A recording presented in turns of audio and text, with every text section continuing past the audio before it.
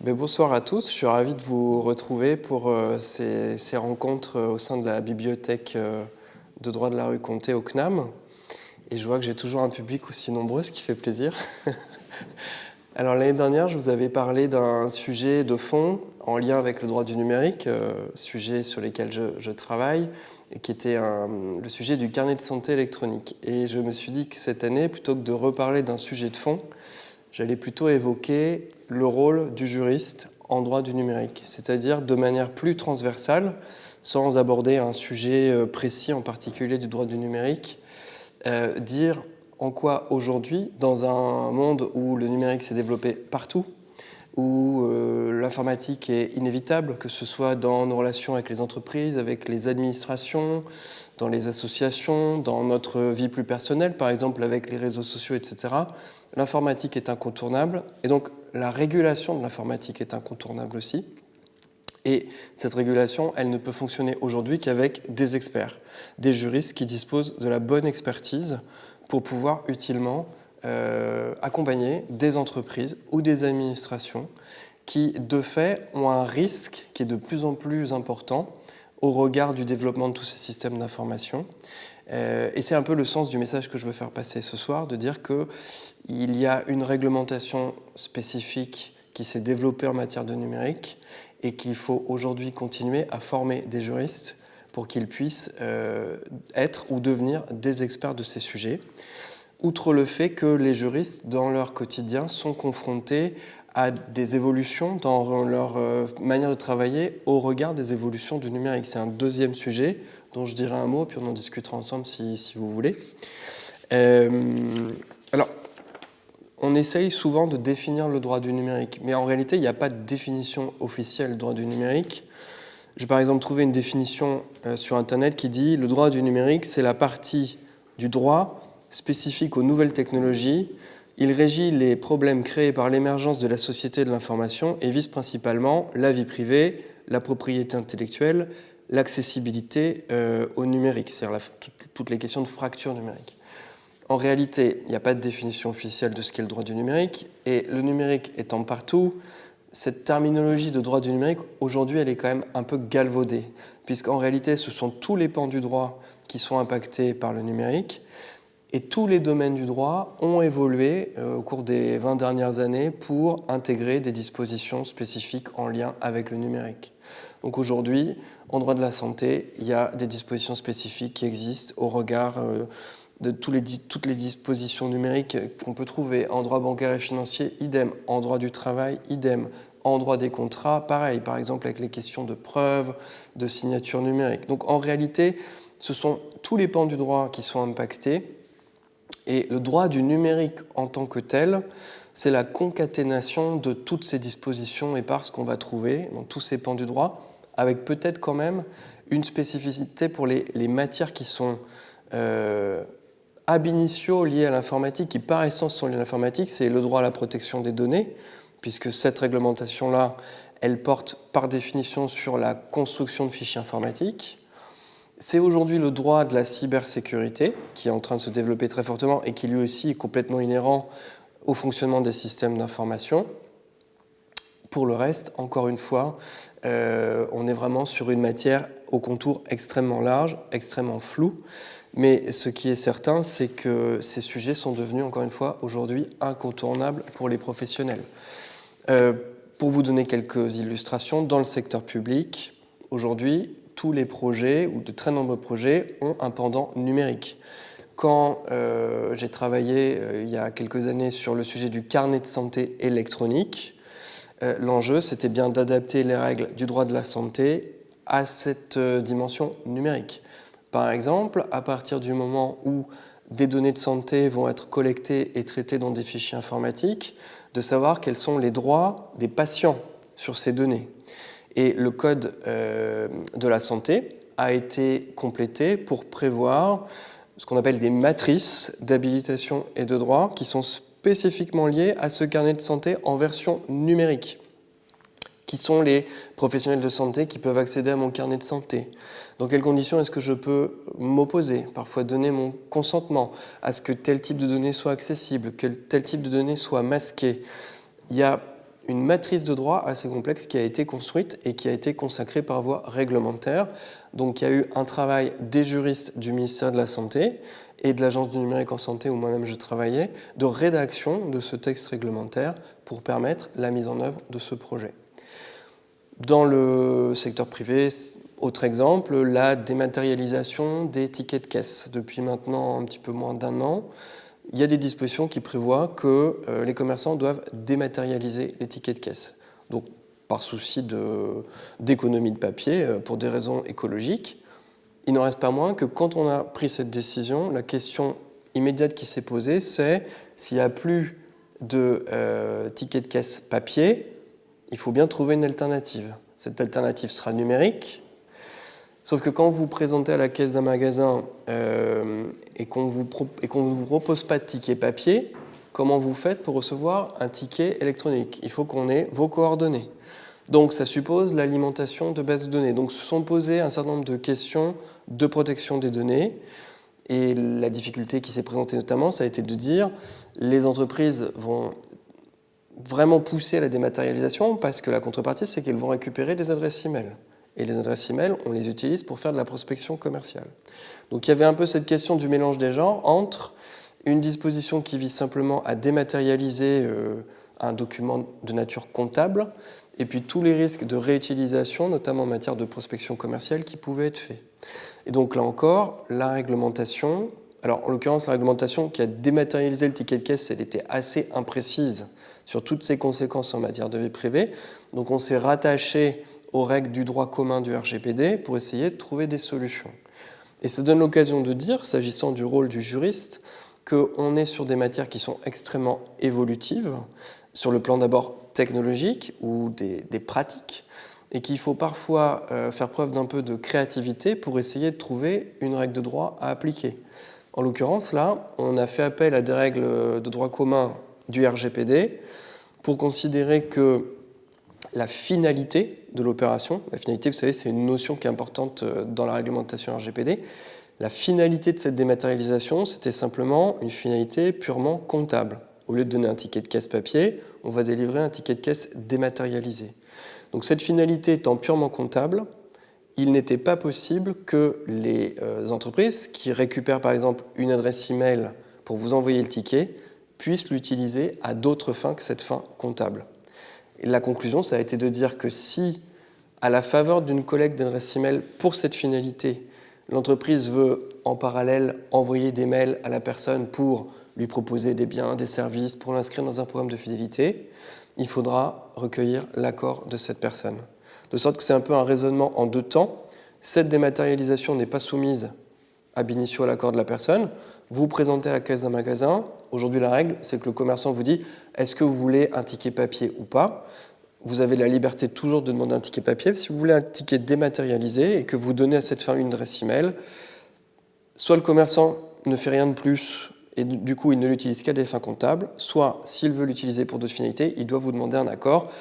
La question après, c'est comment va se manifester cet accord, puisqu'il faut qu'il soit formalisé. Donc pourquoi pas un petit pavé numérique sur la caisse où la personne va cliquer sur un bouton, va peut-être signer. En tout cas, il faut démontrer qu'il y a le recueil de l'accord de la personne. Donc vous voyez, une situation qui a nécessité qu'on réfléchisse aux impacts en droit du numérique. Et donc il y a des juristes dans les grandes enseignes, par exemple, qui se sont posés cette question de savoir dans quelle mesure il fallait collecter ou pas le consentement du client pour aller vers cette dématérialisation. Et puis, dans les contentieux judiciaires aussi, le numérique se développe et les avocats, les magistrats sont de plus en plus confrontés à ces nouvelles réglementations. Je vous donne un exemple. Il y a quelques années, j'étais à la Chambre de la propriété intellectuelle à Paris et j'ai vu débouler un sujet RGPD que je n'avais pas du tout anticipé dans le cadre d'un contentieux de propriété intellectuelle. Une société de production qui qui voulait engager des actions en contrefaçon à l'encontre d'internautes qui mettaient en ligne des films, en l'espèce c'était des films pornographiques, qui mettaient des films pornographiques en libre accès sur Internet. Donc le producteur disait « Moi, j'ai pas cédé mes droits sur ces œuvres », si tant est que ce soit des œuvres, ça c'était un autre débat. Mais donc du coup, je veux récupérer l'identité de ces internautes qui ont mis en ligne mes fichiers pour les attaquer en contrefaçon.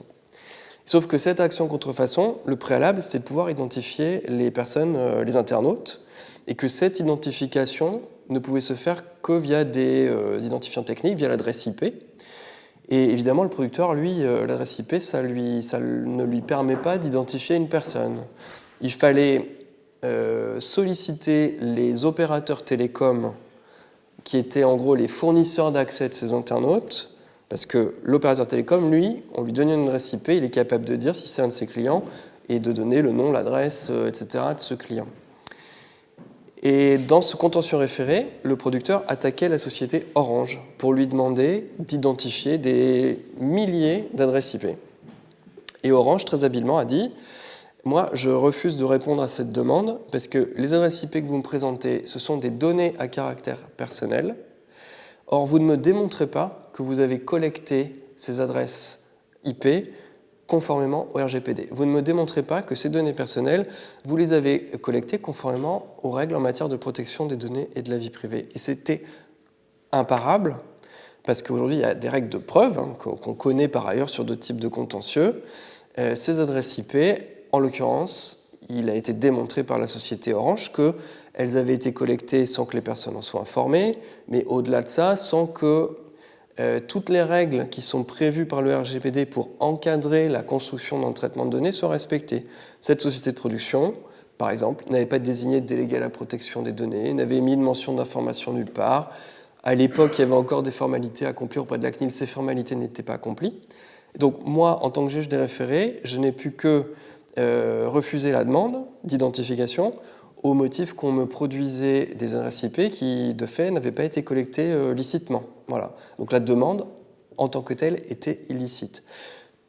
Alors, ça tombait bien parce que moi, je connaissais un peu ces règles, mais c'est vrai qu'un collègue qui aurait été confronté à ces sujets, il aurait été obligé de se plonger dans les dispositions du RGPD. Et les contentieux judiciaires qui vont intégrer de plus en plus ces dimensions numériques, aujourd'hui, vont se développer de manière exponentielle dans le champ de la propriété intellectuelle au cas d'espèce, mais par exemple dans le champ du droit du travail, il y a d'ores et déjà aujourd'hui un contentieux récurrent au prud'homme avec des problématiques de collecte de preuves informatiques pour démontrer la faute d'un salarié, par exemple, et plus largement un contentieux civil qui se développe de plus en plus entre des clients et des entreprises. Pourquoi pas même d'ailleurs un contentieux administratif quand il va s'agir de structures publiques qui vont elles-mêmes collecter de la donnée. J'ai souvenir par exemple d'un contentieux qui impliquait la mairie de Nice, qui est très férue de numérique pour surveiller les habitants de Nice, donc il y avait des sujets de vidéosurveillance, et par exemple il y avait eu des sujets de surveillance d'entrée dans les écoles, où des dispositifs de contrôle d'accès avaient été mis en œuvre, et le juge administratif avait été saisi par, je crois, des associations de parents d'élèves, au motif que le dispositif qui était mis en place par la collectivité locale n'était pas conforme aux dispositions du RGPD. Donc même le juge administratif a dû appliquer ces règles, et d'ailleurs, à l'époque, il avait fait droit aux demandes des parents d'élèves, c'est-à-dire qu'il avait estimé que le système n'était pas conforme au RGPD. Donc dans ce contexte, encore une fois, on a besoin de plus en plus de juristes qui sont spécialement formés à cette dimension numérique, dans un contexte donc, où ces matières sont techniques, très évolutives, les textes évoluent en permanence, ce qu'on appelle le droit mou, puisque ces matières sont quand même caractérisées par le fait qu'au-delà des textes législatifs, réglementaires qui sont publiés, il y a beaucoup de production de recommandations, par exemple, qui émanent d'autorités de régulation, la CNIL pour ce qui concerne la protection des données, mais il y a tout un tas d'autres régulateurs en France ou en Europe qui produisent de la norme. Donc ça renforce le niveau de complexité, et le juriste confronté à ce type de cas d'usage, il doit faire application de texte, mais il doit faire aussi application de toutes les recommandations, de toute la production des régulateurs, ces régulateurs ayant souvent des pouvoirs par ailleurs de contrôle et de sanction. Il est important de connaître les lignes directrices qui sont définies par les régulateurs sur tel ou tel sujet pour se prémunir en cas de contrôle. Je le disais, un juriste qui souvent doit faire preuve d'un peu de créativité parce que certes, il y a de plus en plus de règles qui encadrent le numérique, mais aujourd'hui, très souvent, on va tomber sur des cas d'usage où on va créer une nouvelle pratique d'usage numérique pour laquelle, en droit, on n'a rien de prévu de particulier. Et on va donc devoir se rattacher à des règles plus anciennes, à des règles qui ne tenaient pas compte de la dimension juridique, et voir comment on peut les adapter, les interpréter, les appliquer, puisqu'il n'y a pas de règles spécifiques qui existent.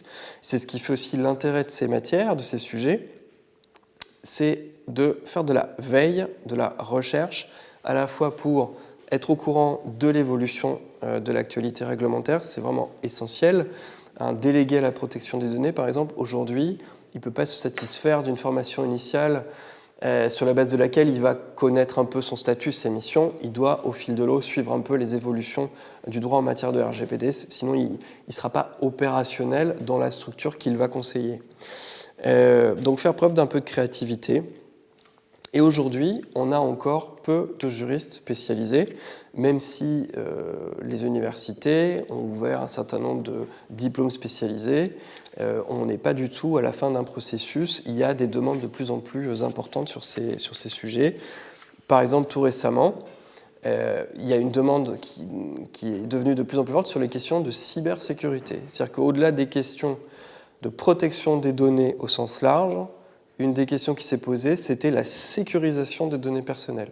Parce que dans l'actualité récente, on a constaté qu'il y avait de plus en plus de violations de données, de tentatives d'accès non autorisé à des bases de données détenues par des administrations, des entreprises. Dans le secteur de la santé, par exemple, il y a beaucoup d'hôpitaux aujourd'hui qui sont confrontés à ces pratiques dites de hacking, avec des escroqueries en réalité, des hackers qui vont bloquer des systèmes d'information et demander de l'argent pour débloquer le système d'information. Et puis une dimension aussi un peu politique dans ces sujets de sécurité, puisque bien souvent, ces violations de données, elles viennent de l'étranger, elles viennent de Chine, elles viennent de Russie. Et quand il s'agit d'atteinte à des systèmes d'information publics, l'objectif, c'est aussi un peu de paralyser le fonctionnement de nos sociétés démocratiques. Donc il y a des enjeux purement techniques de protection des systèmes d'information, et derrière, il y a des enjeux politiques très forts. Et on a vu se développer une demande de juristes et de non-juristes disant « Nous, on est de plus en plus confrontés à ces violations de données, qu'est-ce qu'on fait ?» C'est-à-dire, qu'est-ce que le droit nous impose de faire? Comment est-ce qu'on peut mieux protéger nos systèmes d'information? Comment on peut anticiper ces risques? Si ça nous arrive, qu'est-ce qu'on doit faire en termes de notification des régulateurs, en termes d'information des personnes concernées? Voilà, donc le droit évolue, les pratiques évoluent et la formation doit évoluer en parallèle. Je disais, pourquoi est-ce que ces demandes aujourd'hui de juristes spécialisés existent? C'est parce que le risque de non-conformité pour les structures est de plus en plus important, que ce soit les entreprises ou les administrations. Un risque pénal sur beaucoup de sujets. Beaucoup de sujets sont pénalement sanctionnés. Les dispositions du RGPD, leur non-respect est pénalement sanctionné.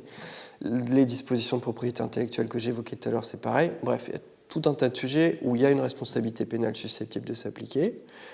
Une responsabilité plus, je dirais, administrative au regard des sanctions pécuniaires, des interdictions d'utiliser des traitements ou d'exercer que peuvent prononcer des régulateurs, la CNIL, mais d'autres régulateurs sectoriels. Par exemple, l'Agence du numérique en santé, à partir de la fin 2024, acquiert un pouvoir de sanction à peu près identique vis-à-vis des professionnels de santé et des industriels de l'e-santé.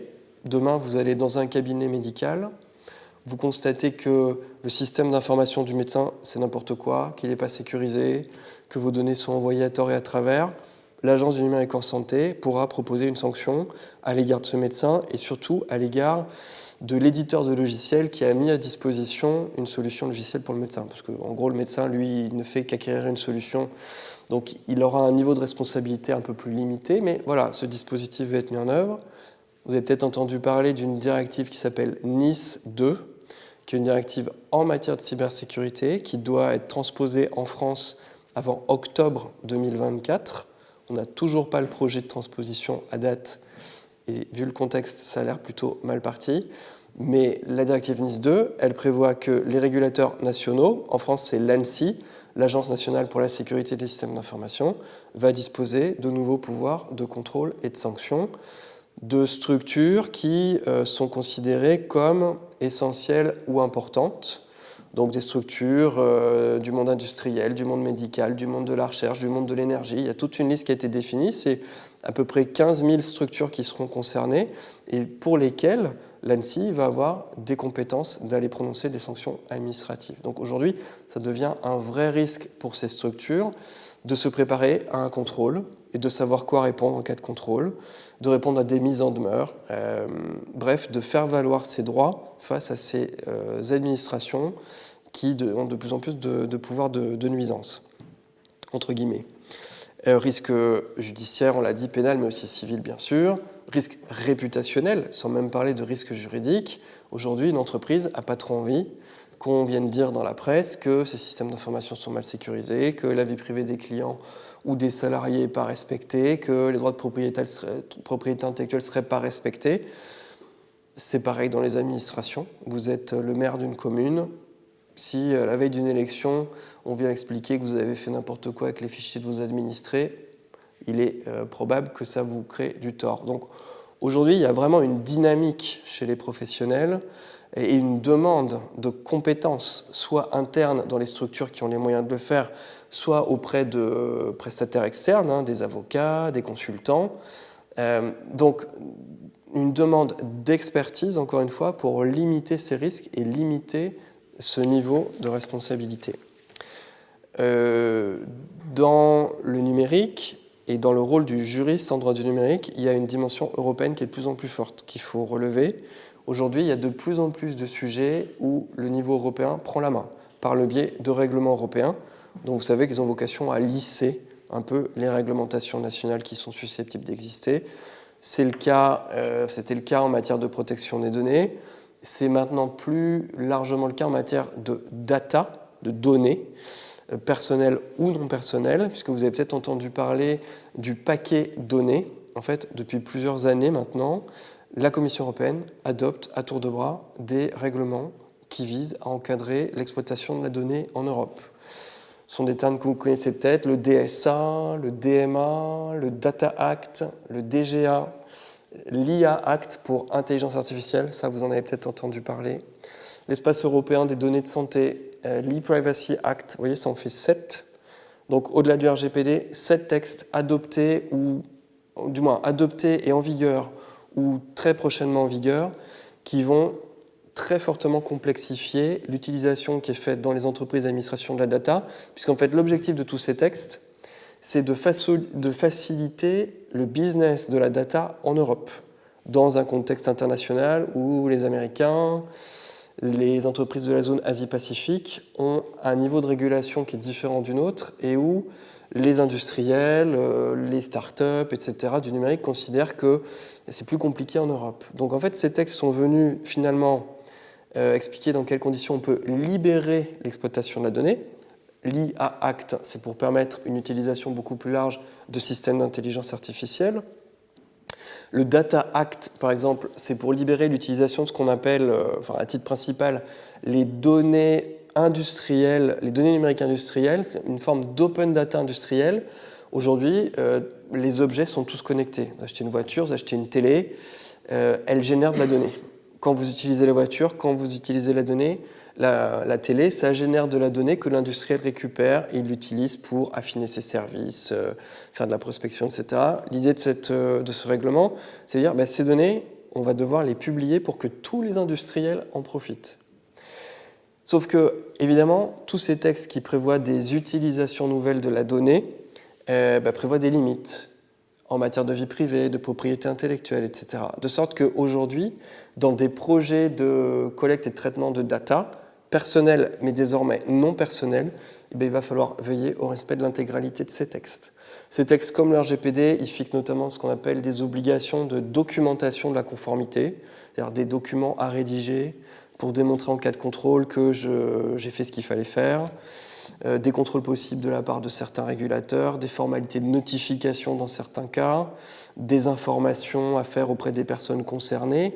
Bref, toute une organisation de la conformité qui va donner beaucoup de travail aux juristes, aux avocats, mais avec un niveau de complexité dans les années qui viennent qui va être significativement renforcé, d'où la nécessité d'avoir des juristes qui connaissent un peu ces sujets, parce qu'on ne pourra pas devenir d'un claquement de doigts comme ça expert de tous ces textes.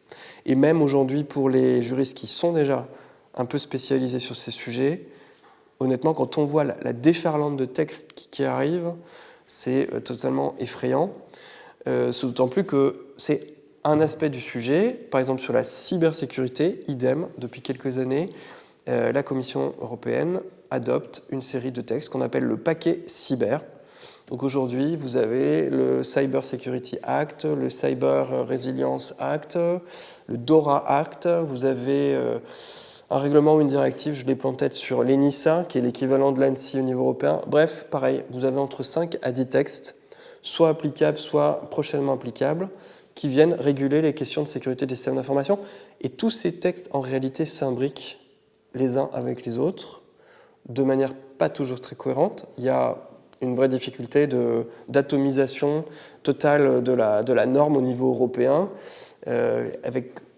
On comprend bien le sens dans lequel on veut aller. On veut réguler le numérique, mais avec un tel excès que ça risque probablement d'être contre-productif. Toujours est-il que, encore une fois, il y a du travail à ne plus savoir qu'en faire dans les années qui viennent pour les juristes sur ces sujets. Et la Cour de justice de l'Union européenne prend un rôle de plus en plus important sur tous ces sujets. En matière de protection des données, elle a adopté au cours des dernières années de nombreuses décisions qui ont vraiment été des décisions de principe sur les limites en matière de collecte de données à caractère personnel. Peut-être en tête plusieurs décisions sur ce qu'on appelle les transferts de données en dehors de l'Union européenne. La Commission avait signé des accords internationaux avec les États-Unis pour faciliter les échanges de données. Et à plusieurs reprises, la CJUE a annulé ces accords au motif qu'ils ne respectaient pas le RGPD.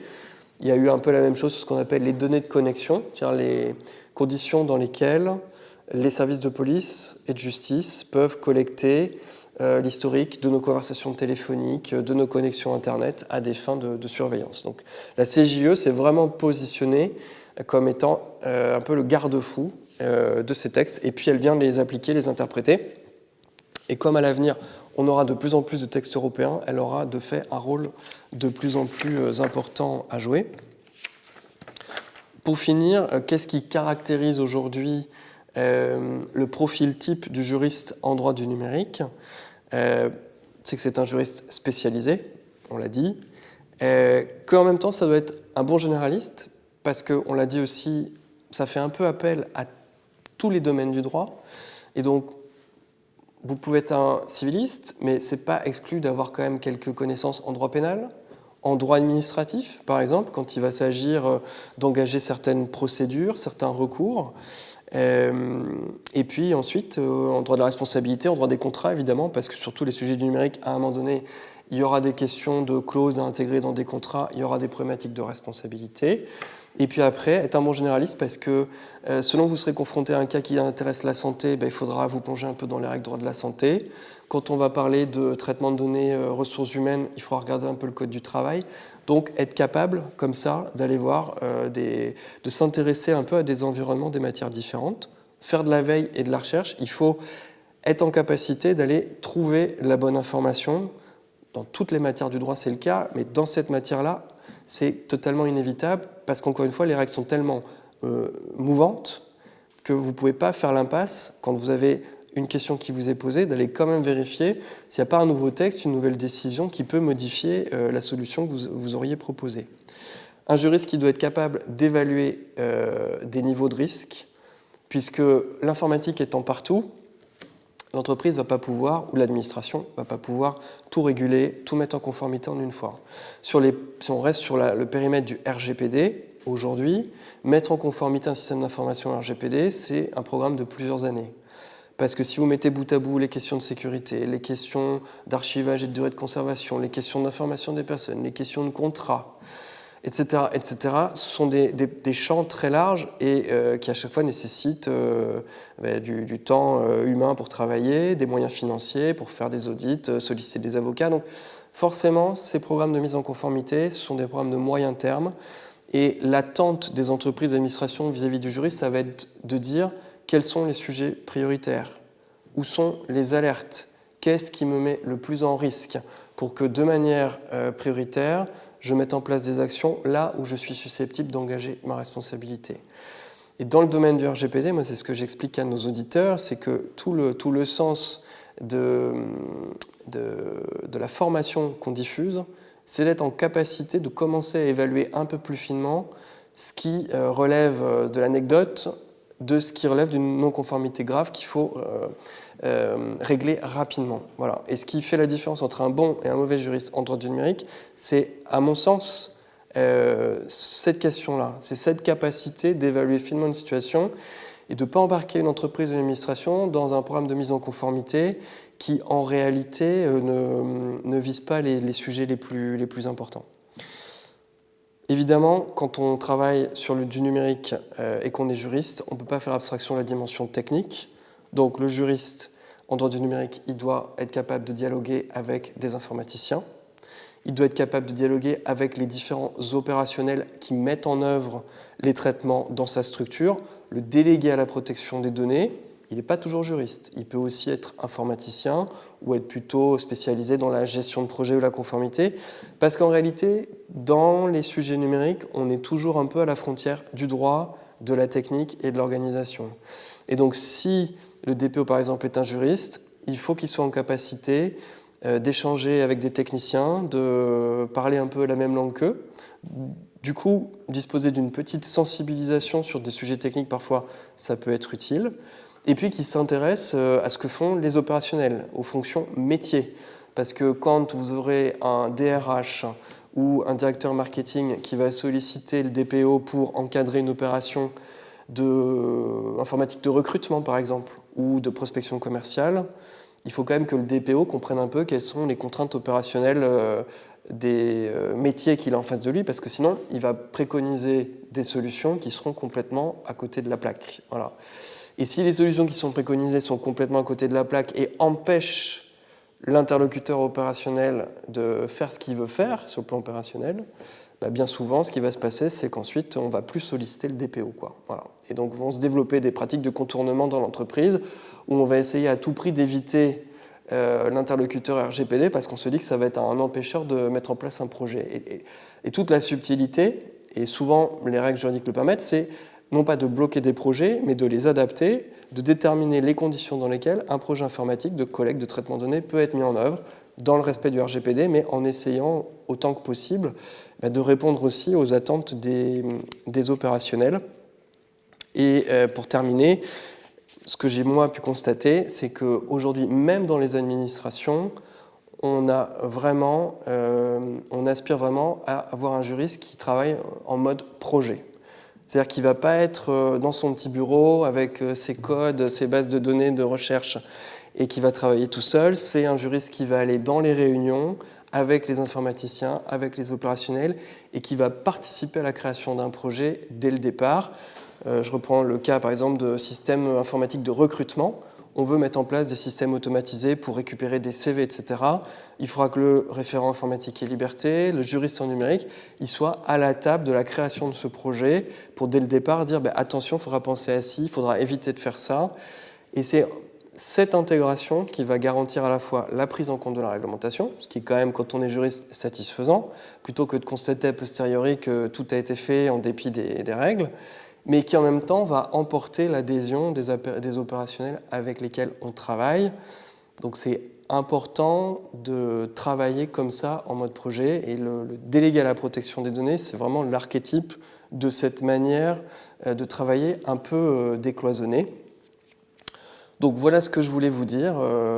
Tout un tas de raisons qui, à mon sens, expliquent qu'on a besoin de juristes spécialisés et que donc, ces juristes, on doit les former. Et ça tombe bien, puisque ici, au CNAM, on propose un certain nombre de formations pour former des juristes ou des non-juristes à ces sujets, qu'il s'agisse du RGPD, où on forme des personnels d'administration, d'entreprise à la conformité au RGPD, au métier du délégué à la protection des données, mais au-delà de ça, désormais, au droit de la cybersécurité, justement pour qu'un juriste sache, ou un non-juriste d'ailleurs, sache ce qu'il a à faire pour protéger un système d'information, ce qu'il doit faire en cas de violation de données. Les règles de propriété intellectuelle, par exemple, font aussi l'objet d'un cours où on essaye de montrer quelles sont les contraintes juridiques en matière de propriété intellectuelle qui s'appliquent à un projet numérique. Et puis, on développe désormais des cours qui sont liés à tous ces nouveaux textes européens dont on parlait, notamment le DSA, qui est le texte en matière de responsabilité des plateformes Internet en matière de contenu. Donc voilà, on essaye d'appréhender les grands sujets auxquels les juristes sont confrontés et d'apporter des réponses. Et fatalement, on aura vocation à faire évoluer cette offre dans les années qui viennent pour tenir compte de toutes ces évolutions réglementaires. Voilà ce que je voulais vous dire. Merci.